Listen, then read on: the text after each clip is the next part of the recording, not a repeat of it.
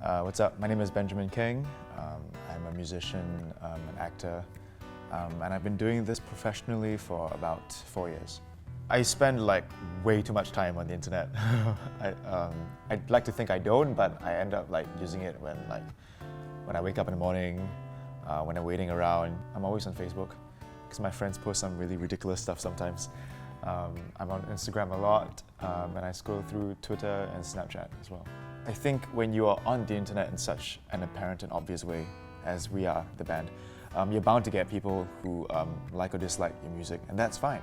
You know, everyone's entitled to their own opinion. I think the only time I would really take offense and call people out online, be it at me or at someone I know or at each other, is when they use very objectifying words that basically define who you are. Things like sexual orientation or race or religion. I feel like when they start using these terms as derogatory or defamatory or slander, that's not okay.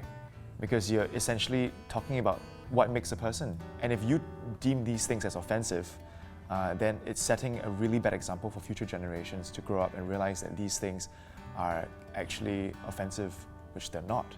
I think in a nutshell, it really boils down to who you want to be as a person, whether you want to build people up or tear them down. But that being said, the online platform is so dangerous because A, you are hidden behind a keyboard, so you are empowered by that anonymity. And B, you don't know exactly how much hurt you are giving a person. I mean, it's literally at your fingertips, right? And as opposed to the physical world, or the physical realm, if you punch someone, it hurts only for a week. It's very transient. But in the digital space, it lives forever, and that hurt can resonate in such a deeper way. So we should really watch what we say. Safer Internet Day is a day that hopefully becomes a lifestyle that teaches us how to be better human beings in this new digital world in which we live in, and how to build people up more and not destroy and tear down. I chose to participate in Safer Internet Day because I want my kids to grow up in a world where they feel safe online. I think the greatest evidence that I've received for the fact that the internet can heal and create positive change was when I started putting out spoken word pieces that talked about my experiences of life and how I dealt with things like anxiety disorder and a bit of depression growing up. And just really getting comments from people from all over the world, actually, not even just Singapore, saying how important it was to hear something like that online. Someone even commented saying that it really helped them deal with their suicidal tendencies and stuff, to the point that it sort of helped them talk them off the ledge. And I was like, wow, I can actually do that. That's something that I never thought I'd have the opportunity to do when I was young. I think I wish for the internet to help improve the standard of lives all around the world.